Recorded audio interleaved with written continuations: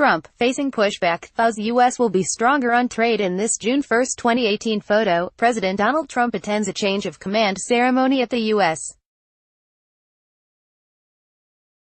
Coast Guard headquarters in Washington. Trump is defending his tough trade negotiations with China, Canada and Mexico, saying that U.S. farmers have been treated unfairly. The president says on Twitter that by the time he finishes his trade negotiations, that will change, and big trade barriers will finally be broken. AP photo, Jacqueline Martin, Washington, AP. President Donald Trump faced pushback Monday from Republican lawmakers, an influential GOP group and foreign leaders over his tough negotiations that are hitting China, Canada and Mexico with tariffs amid fears of a trade war. But the president defended his actions, saying the U.S. would soon be in a stronger position with its top trading partners. Trump wrote in a series of tweets that his trade negotiations with China and a slew of U.S. allies would break down large trade barriers faced by American farmers. He said that China already charges a tax of 16% on soybeans. Canada has all sorts of trade barriers on our agricultural products. Not acceptable. In a conference call later Monday with grassroots supporters, he said, "We will be in a very strong position very soon. We don't want to be taken advantage of anymore." The president last week imposed tariffs on steel and aluminum imports from top U.S. trading partners, including Canada, Mexico and the European Union.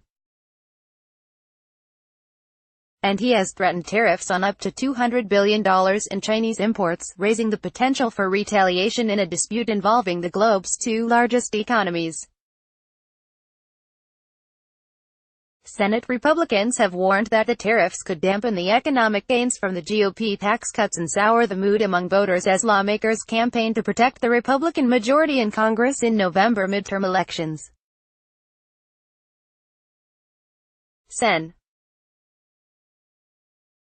Bob Corker, R10, said he met with senators Monday as they consider a legislative response, drawing interest from both sides of the aisle, who are concerned about the tariffs.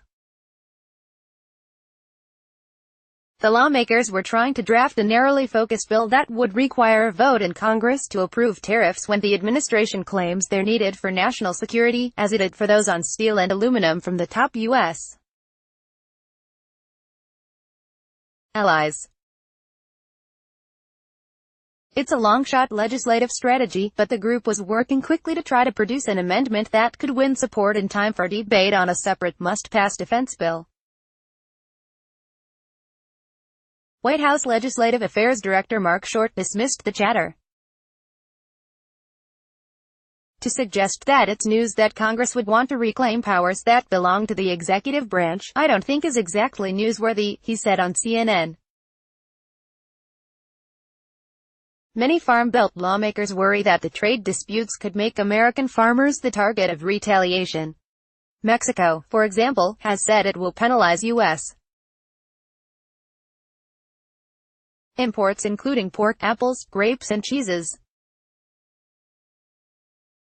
At least one Republican, Sen.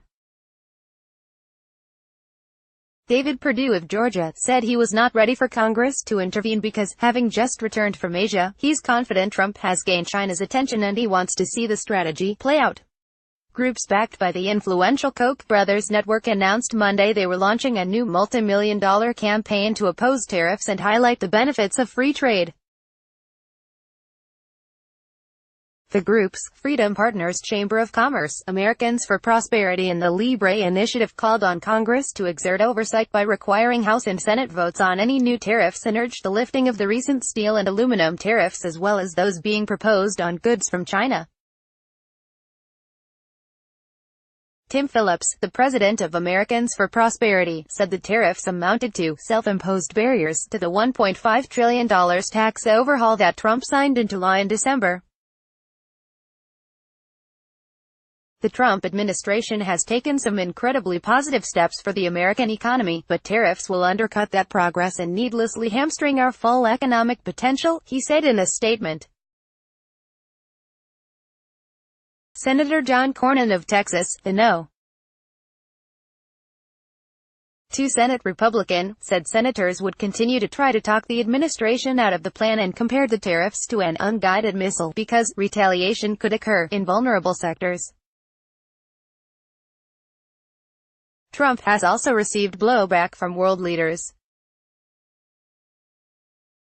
British Prime Minister Theresa May told Trump in a phone call that his decision to impose tariffs on steel and aluminum imports from the European Union was unjustified and deeply disappointing.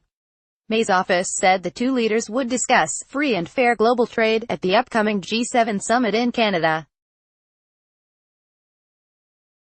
Trump's hardline rhetoric comes as Commerce Secretary Wilbur Ross returns from China as part of the ongoing trade discussions.